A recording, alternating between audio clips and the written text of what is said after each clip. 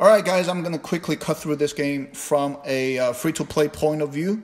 I have a free-to-play account right here in this new Taiwan server, okay?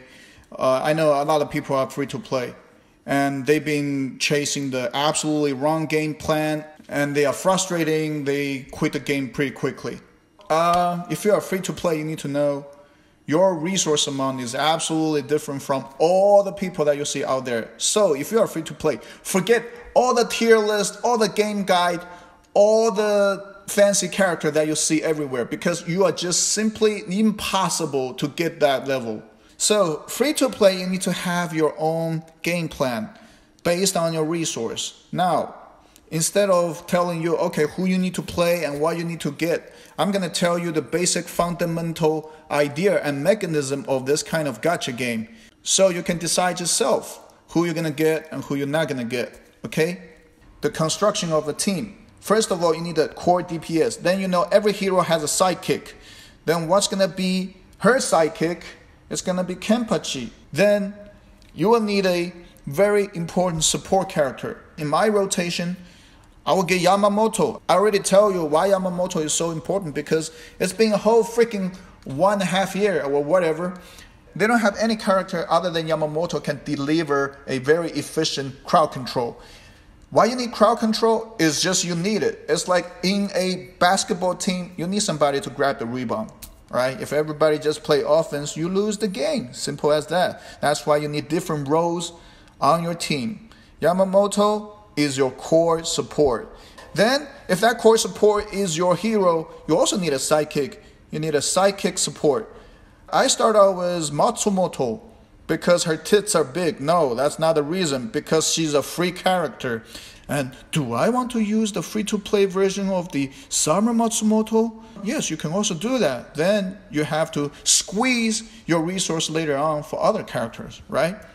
So now you understand, for free-to-play, it's all about the resource managing. Yes, it is about resource managing. This game is all about resource managing. For people that spend $200 a day, they have a lot more resources to get their character to 7-star. Honestly, any character you find on this list to get them to 7-star, it's going to be awesome, because simply you spend that much of resource on them.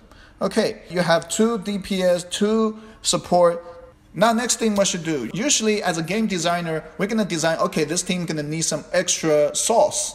That character could be a Swiss Army knife. She or he could do a little DPS, a little control, a little support. Now you look at your whole roster. Do you have a character like that? Hell yeah!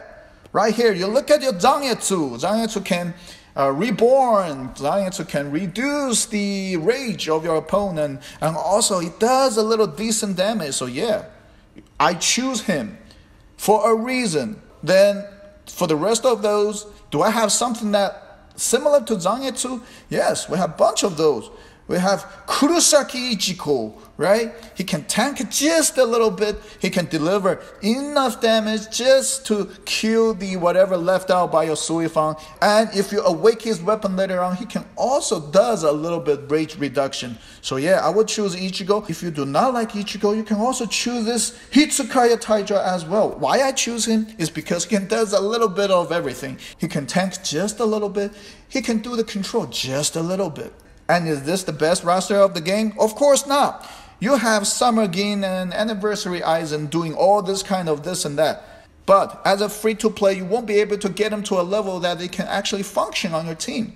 Change your mentality from, this is awesome, that is awesome, I'm going to follow this tutorial and that guy and do this and that. Then I'm going to be the best. No, change that mentality. Your mentality will be, this is what I have. I'm going to do my game plan based on my resource. Remember, again, this is a resource management game, and you need to know the construction of a team. You need to know the structure. Then from the structure, you upgrade your game slowly. Now you have your structure, you have a core DPS, you can have a second DPS, you have a core support, you have a second support, and you have some extra Swiss Army knife guys to help you to progress the game.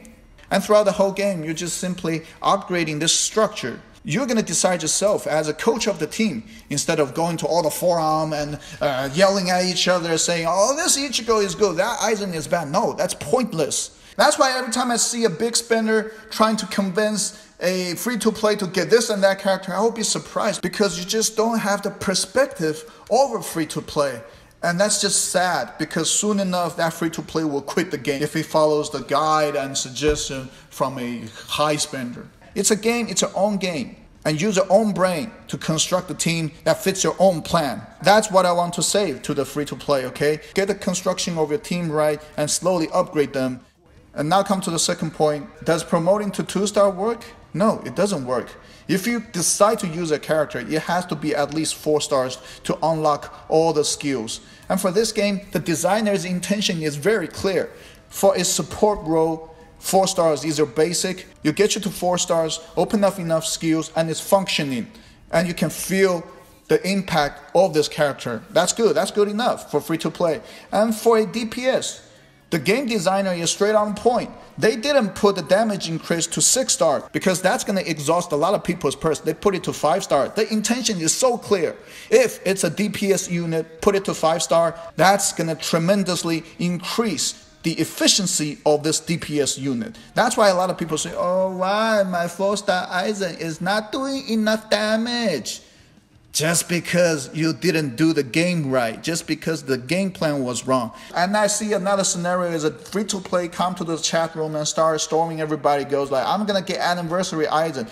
Well, are you able to put him up to 5 star? If not, you're gonna cry.